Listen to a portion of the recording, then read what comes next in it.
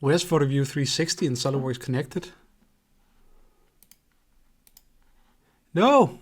How will I ever render again? Hello there and welcome to Hitchhiker's Guide to 3D Experience. My name is Christoffer. I'm a certified SOLIDWORKS expert and an elite application engineer with a passion for the 3D Experience platform. In this video we will explore the render tools available in both SOLIDWORKS Desktop and in SOLIDWORKS Connected.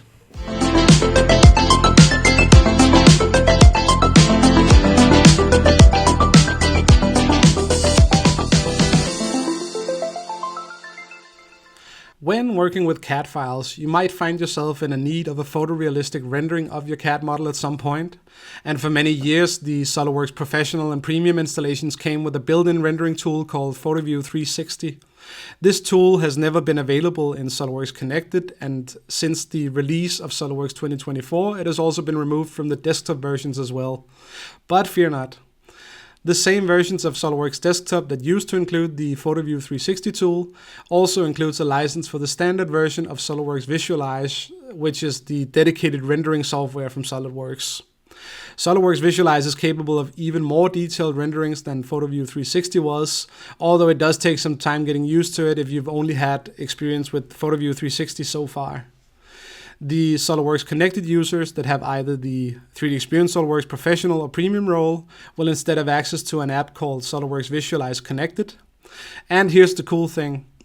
SOLIDWORKS Visualize Connected is the equivalent to SOLIDWORKS Visualize Professional, which is an upgraded version of the SOLIDWORKS Visualize Standard license.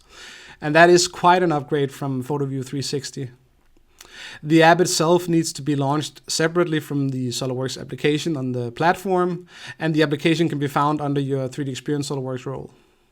Alright, that's it for now. If you made it all the way through, please leave a comment if you have anything else you would like to see covered in a future video.